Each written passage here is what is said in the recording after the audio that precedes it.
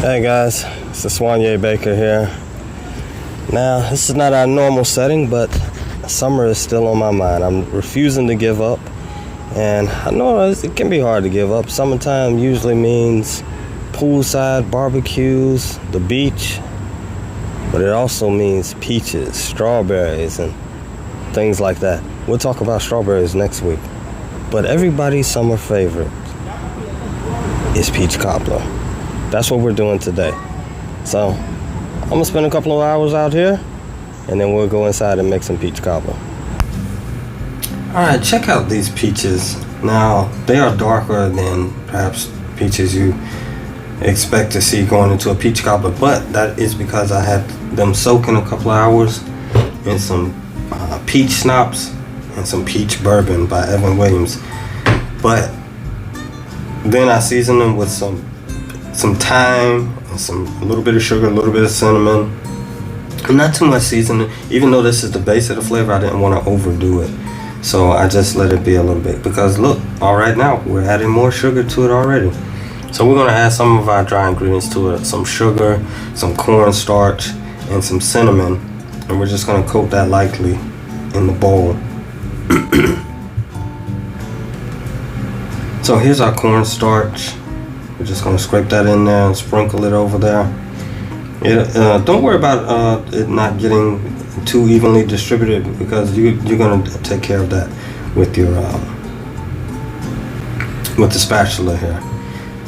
So I'm tossing these peaches, but not too much, and a little carefully, because I don't want to abuse them. I don't want them to be wilted and just kind of mushy going into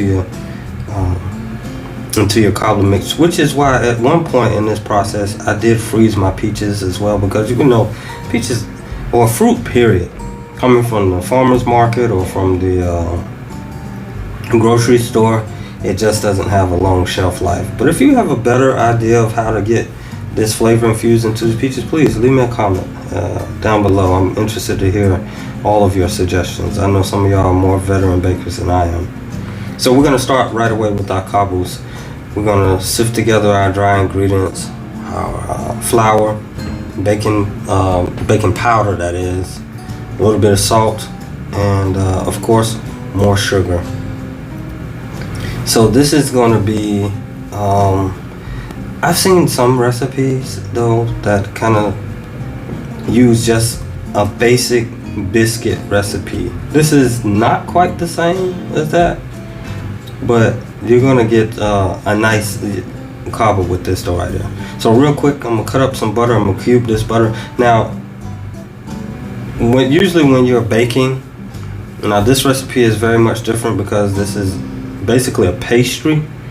But usually when you're baking, you want your ingredients to be room temperature. Not in this case. When you're making a pastry with your butter and you have to cut it in there into your dough to make what you're trying to make, you want that butter to be cold. Sometimes in some instances even frozen, which is why I'm using only my fingertips here, because I don't want the palms of my hand, which hold more heat, to melt the butter in any kind of way. But I'm going to switch to my pastry blender,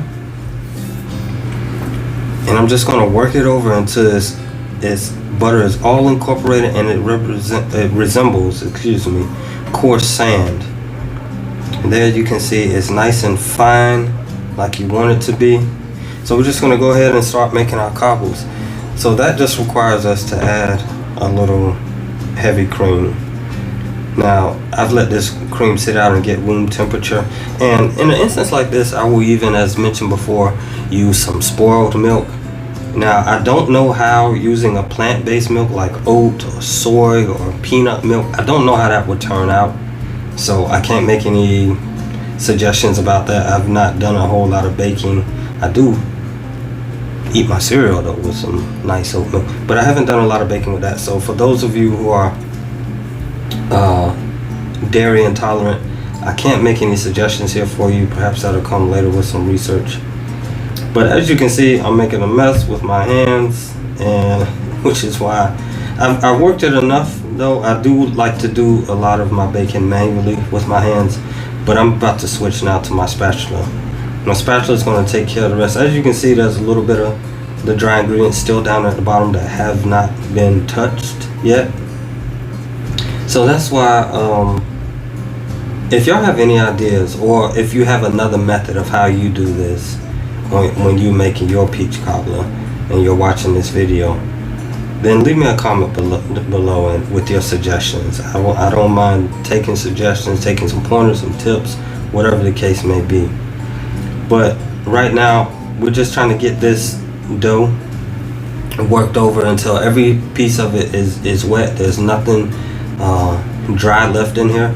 But in working this dough, you got to realize that it will stay sticky, and that's where you want it to be. You want it to be sticky, but you want to still be able to handle it, and that's okay. That's the consistency you're looking for.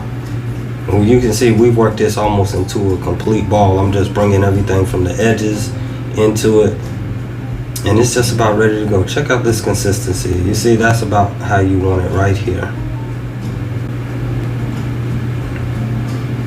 Yeah, that's it. That's it right there.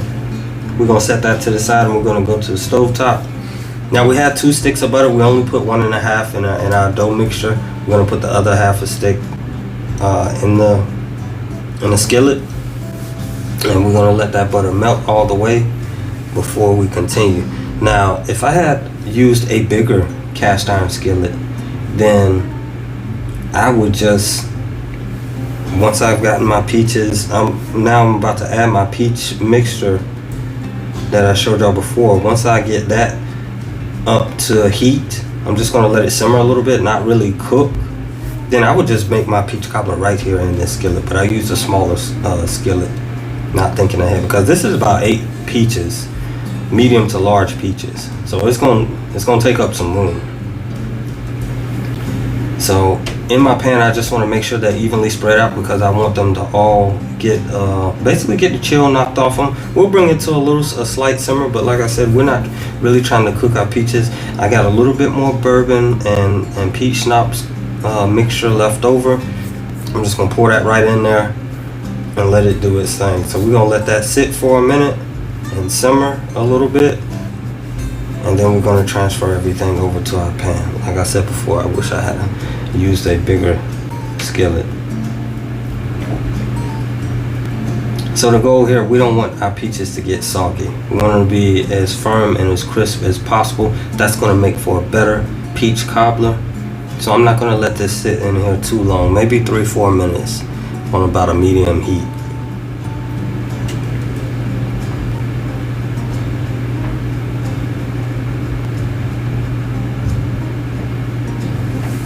Okay, so as you can see, we got a little bit of bubbles popping up. That means it's about simmering a little bit, some on more sides than the other. It's time to transfer this over and get it into the oven and get our peach cobbler started. Now, I've already greased my my baking pan. Y'all already know I love Baker's Joy. It's such an easy and simple shortcut. Some people grease their pans with butter and then flour, sprinkle a little flour, and that's a wonderful method. It works. But this just is a 2-in-1 method. I just sprayed it Baker's Joy on there, brush it with my pastry brush, and it's good to go. Nothing will stick now. So I'm spreading my peaches out as evenly as possible. I just need this is just enough peaches to cover the bottom of the pan and maybe a little up the sides. And now I can start adding my cobbles. I like to start in the corners, in the 4 corners, and then go from there, because that's why I really want my crust to, make sure it goes there. But as you're doing this, you may be in a little bit of a panic mode and you're looking at your measurements, you're looking like, this may not be enough. No, don't worry about that. It is enough. It will spread out. It will be nice and beautiful. It'll be just how you want it to turn out. Just scoop it in there like little ice cream scoops, and they don't have to be touching. As a matter of fact, I would suggest as far apart as possible as you have room in your pan. Spread them out as far as possible, because like I said, they're gonna swell up, they're gonna puff up, and they're gonna give you the full coverage that you're looking for.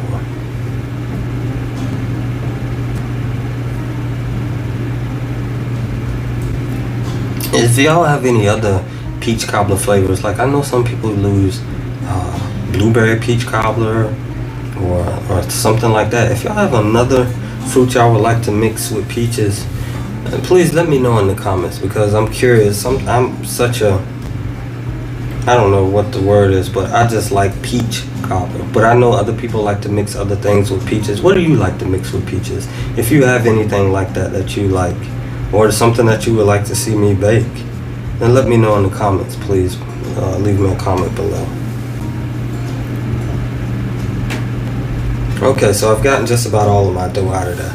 Now this next process, I'm just taking some milk and brushing the top of this. Now you can take some milk, some cream, or some buttermilk for this part right here. And brush it on the top of your dough. And then I'm going to come back and sprinkle it with some brown sugar, granulated sugar, nutmeg, and cinnamon, just to give it a little bit more flavor and a little crunch on the top. But if you really want a big crunch, you can use those bigger crystals of granulated sugar, the ones that are made for decorating on top and leaving the crunch on top. Or if you even choose, maybe some salt, if that's your thing. But I don't, I have never done that before, not with salt. But salt is nothing but a flavor enhancer, so it's not anything to get too, skittish about. Just use a reasonable amount and you'll be fine. So there's my nutmeg, and I'm going to sprinkle a little bit of cinnamon over on the top, and it's ready to go in the oven. Now while this is in the oven, I want to share with y'all know I love fashion as well as baking, and I feel like if you look good, you're going to work good. I want to share with you a recent shopping experience I had. This is, one of my favorite clothing brands, Banana Republic, and they make it so easy to shop. I thought I'd get a jump on some winter wear, so I went straight to coats and jackets, and I just want to share with y'all, look at the variety that they have. They have a variety not only in quantity, but in different styles. They have so many different styles of jackets, puffer vests, trench coats. Look here, I'm in this section called chore and utility coats, and look at these beautiful garments. I mean, this, y'all just don't know how much I love this. But there's one in particular I got my eye on. I want y'all to check this out with me. This is a Tristan utility jacket. It looks absolutely amazing. I love the corduroy detail on the cuffs and in the collar. I love that belt around the waist and those pockets. Kind of resembles a safari jacket or cargo pants. This is what it puts me in the mind of. So I usually run a medium to large, so I'm gonna try a medium and see how that comes up. And one positive thing that I love about Banana Republic, they reward you for being a customer of theirs. If you're a card member, look at that discount already, and that's not even a sale. So I mean, Banana Republic, they reward you with points that you can use. Your points add up very quickly to get you discounts or even free purchases. So just wanted to share that with y'all. But now, look at our peach cobbler. It is done. And didn't I tell y'all? You didn't have to worry. Look, those peach cobbles are completely covered. Everything is nice and beautiful, golden brown. That's about the color you want it coming out the oven. And that's more of a choice, but I don't like it any darker than that, because that leaves that the bread, the dough, still soft. So I hope y'all enjoyed this video. I hope y'all make this, try this dessert. Leave me a comment below and let me know how it worked out for you, and please watch these other videos, whatever